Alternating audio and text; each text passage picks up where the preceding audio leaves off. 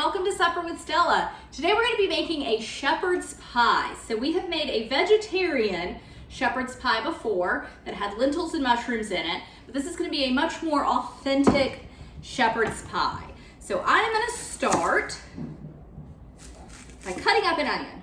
I'm going to get it cooking, so it's going to be a base of onions and carrots. Usually I'll put a little celery in, however my celery does not look so fresh, so I am omitting that today, though the recipe does call for celery. And then we are going to use some lamb today. If you did not want to use lamb and couldn't find it and you used beef, it would just be a cottage pie. So that's the difference there with shepherd's pie and cottage pie, is that cottage pie is beef and shepherd's pie is lamb. So pretty minor difference. And this is a rustic meal, so I am just gonna do, got a little peel left. So I'm just gonna do a rough dice on everything.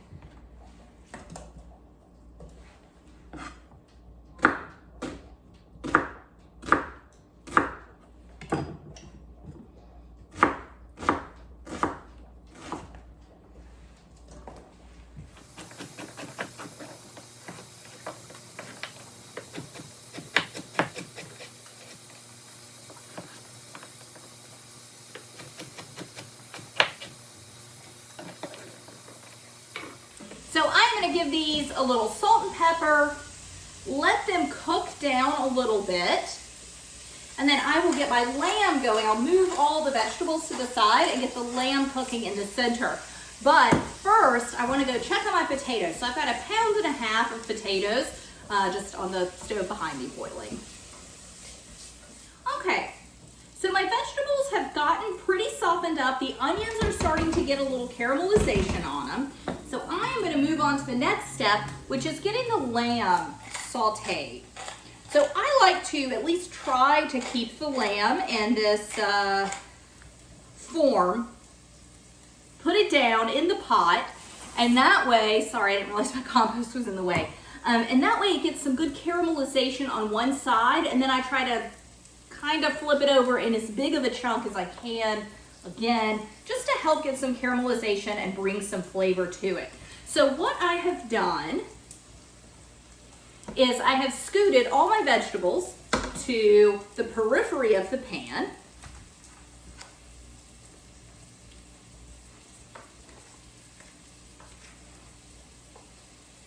I am just, I'm going to put a little more olive oil in.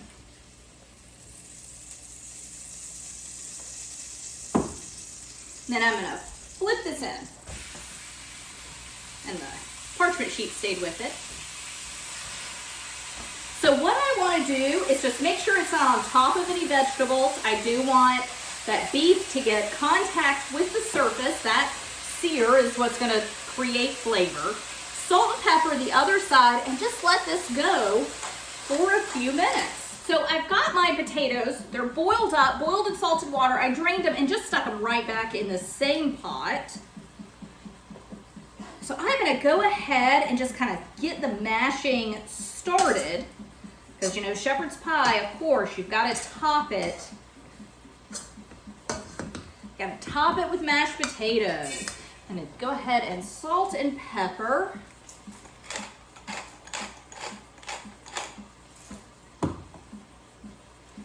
Then get some butter in.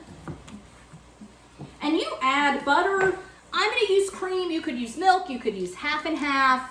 I am going to add, and you should add, as much butter, as much or as little butter and cream as you want. Get them to the consistency that you want them at. Usually for me in a shepherd's pie, it's a little bit thinner than just a standard consistency if I were just to eat them right now. Because of course this is all going to go back in the oven and bake for a little while. And I will definitely run that masher through them again. I want to stir, get that butter down in there so it starts melting.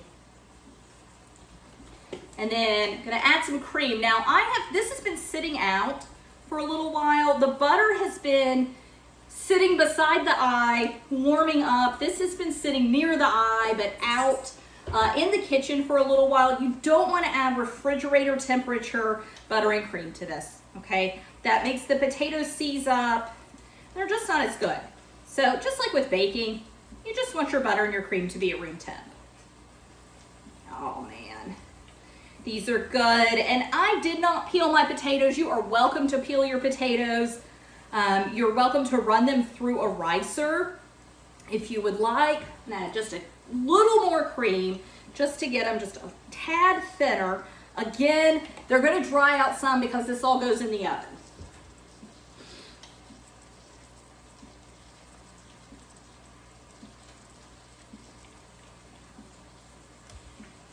So these are just going to get set aside. I am going to check on my beef, or my lamb, excuse me. I'm going to go ahead and flip it. So I'm going to kind of slice it into 2 chunks. Here we go. And you can see, got a little caramelization going on it. Just gonna get some caramelization on this side, then I will chunk everything up, blend it together. Okay, so I am just gonna get this, keep wanting to call it beef, get this lamb broken up so that it can get cooked,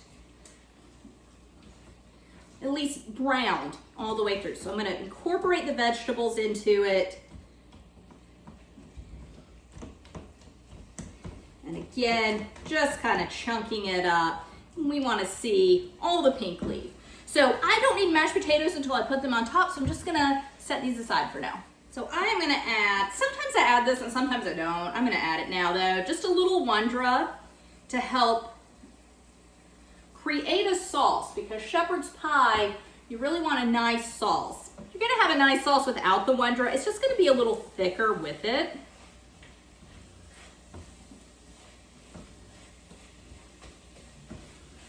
So I'm gonna add some beer to this. Now, typically when you're seeing more of like an Irish shepherd's pie, whether authentically Irish or just for St. Paddy's Day, you usually see folks use Guinness in it because that is a nice dry beer from Ireland, kind of, you know, famously Irish beer.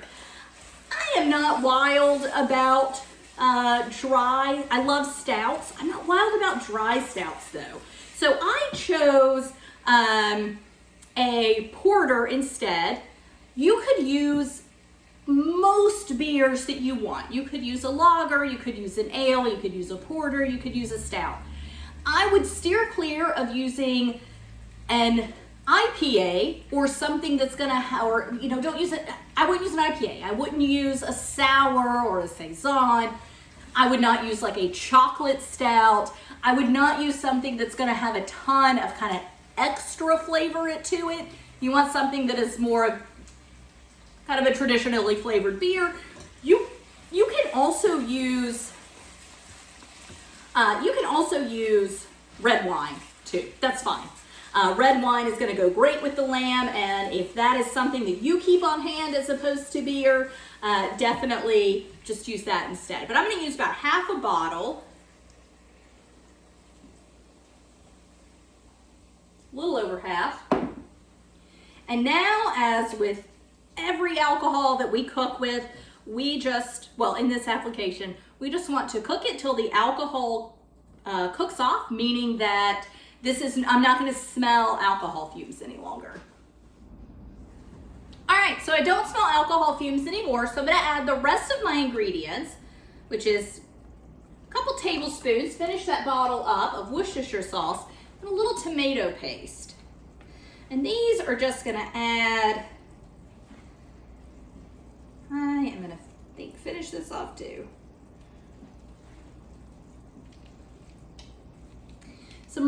These are going to add some really good, just like a lot of bold flavors.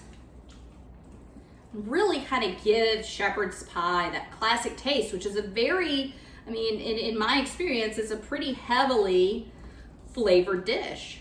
And I want to also add, I forgot to bring it over, I'm going to get a little bit of dried thyme as well. You can use fresh, you can use rosemary also, but I have a good bit of dried thyme from last summer that I just like to use up because I know I will also have a good bit of dry time this summer. So our sauce is nice and thick. Our beef is all cooked through. Now we are still gonna cook this in the oven for about 30 minutes after we get the potatoes on it. But generally just make sure everything is cooked good. Cooking it in the oven helps the flavors come together. It's pretty much already cooked though at this point. Oh, nope, it's not. There's one thing I forgot to add. That's my peas. I totally forgot about them. So some frozen peas. I was putting it in there. I'm like, I am missing something green. So I like to do frozen peas in this, and I honestly change this up with any kind of frozen, well, I always do frozen peas. A lot of times I will change it up by adding more frozen vegetables. A really easy way, since this is not very heavy on vegetables, we'll probably serve this with a side salad because it's not heavy on vegetables, but a good way to get some vegetables into the meal, just to make it an entire healthy vegetable full meal, is to add your frozen peas, add a bag of like frozen mixed vegetables. I'll generally do the mix that's corn, carrot, and green bean. You could add just green beans to this. I've added a bag of frozen Brussels sprouts and it was wonderful. That was so good. They went really, really well with the lamb. So that was a really good mix. Not traditional to shepherd's pie, Brussels sprouts. I don't know that corn or green beans are either. But it's always nice to change things up a little bit. I'm just running low on some frozen vegetables right now. I probably would have done more than just peas. I usually, like I said, I usually do. I just want to give that a mix. It's the bottom half they got poured in, didn't have any peas in it.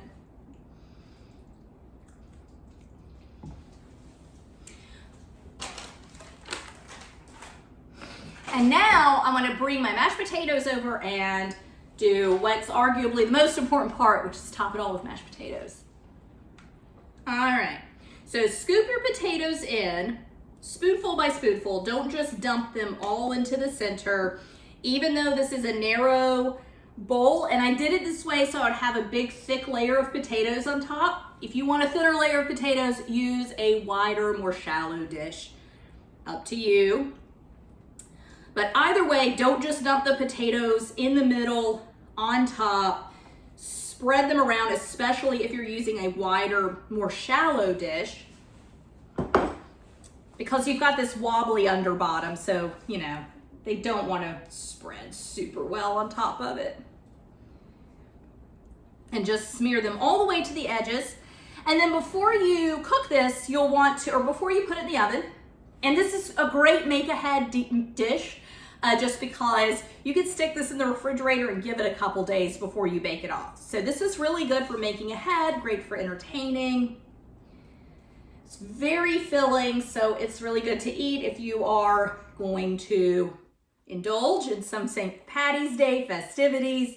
But dot it with butter. A lot of folks will use an egg wash and brush an egg wash on top of it. But it's gonna cook, like I said, for about 30 minutes at 350, just really letting all those flavors inside of here come together. But that is shepherd's pie. And thank you so much for joining me. Happy St. Patty's Day. Bye.